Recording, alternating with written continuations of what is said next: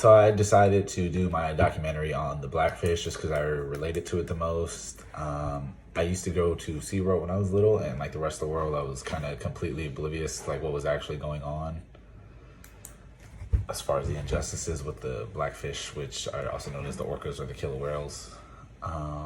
So that was like the main thing, and just like I feel like I kind of like through the trailer really related to it just because it was really intriguing just to see like what like the scandals behind SeaWorld. I think the normative claim that was made was more in like the middle towards the end of the movie or towards the end of the documentary, just when kind of like, sorry, I'm reading off of this. It makes the normative claim towards the middle of the end of the documentary, especially towards the end when it says all these animals can't be contained, and then kind of expected not to lash out. Like if they're gonna cage these big orcas in these little tanks, like when you go in the tank, obviously the orca is gonna be mad. And I think just the biggest normative claim made throughout the whole documentary at the end was that SeaWorld was so wrong to cage these animals when it's our job as humans to protect these animals by letting them roam free in their environment and not tamper with the environment. And, kind of just observe their natural beauty from afar. Question 3.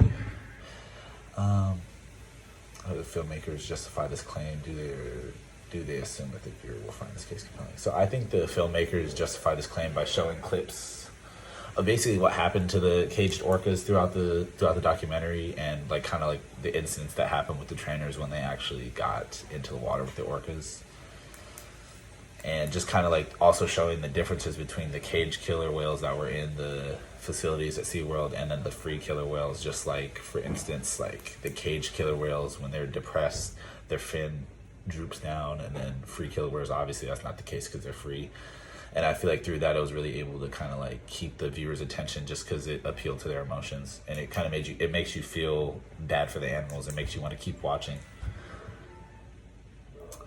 I believe the biggest thing from Secure's ideals was the biocentric aspect and viewpoints that he's implied. And I think that was the most important part during this film. I feel like this film brings that biocentricism to the viewers without the viewers really like knowing it until like you like really explain it.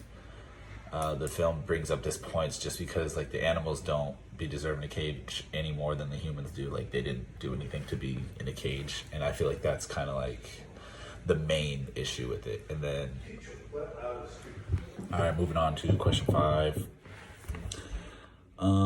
If there was anything about the documentary that you did not find compelling or convincing, if so, why? I think one thing that I didn't. Everything for the most part was really compelling. It kind of was one of those documentaries that really like sucks you in and like really like kind of forces you to pay attention just because it's kind of like wild to think about a lot of it. But one thing that I didn't really find convincing is how like some parties involved with SeaWorld, and then just like the SeaWorld experts and trainers, like a lot of them when they got interviewed, they acted like, I wouldn't say acted, but they said that they didn't really know like what like the injustices that were going on during that time period, which is like kind of hard for me to believe, because if you're with the animals behind the scenes, like you should kind of know what's going on behind the scenes, if that makes sense. And like kind of them saying that they didn't know or they did not expect it to be this bad is kind of just some things where it's like, if you were an expert, like I feel like you should know like what exactly was going on during that time period. So that for me was really hard, like the hardest thing to be convinced about. Number 6, is there anything you found particularly compelling? I think the most compelling thing I found out from this documentary, Blackfish, is that how like I just think it's kind of wild how media kind of spreads throughout the world, and just how like a few people caught wind of the injustices that were going on and took place with these big orcas and these little tanks, and just how they were treated and how they were fed and stuff like that. And it's just, I feel like when it came out, a little bit of people found it, and then more and more people caught wind of it, and I feel like through that it kind of caught fire, and then the documentary like this was made, and it kind of basically put SeaWorld out of SeaWorld. It basically put all SeaWorld's information out in the open, and it kind of came to the light of the world just when SeaWorld had kind of reached the top as far as sales and all that. So I feel like that was the most compelling part of it, was just like seeing how this kind of caught wind, and like how people started to take notice, and how it basically like this one simple film kind of took down SeaWorld's whole thing. And I think just like the process of how SeaWorld was able to manipulate all these people and kind of hide and push stuff under the rug for money was pretty compelling, and it kind of like sucks you into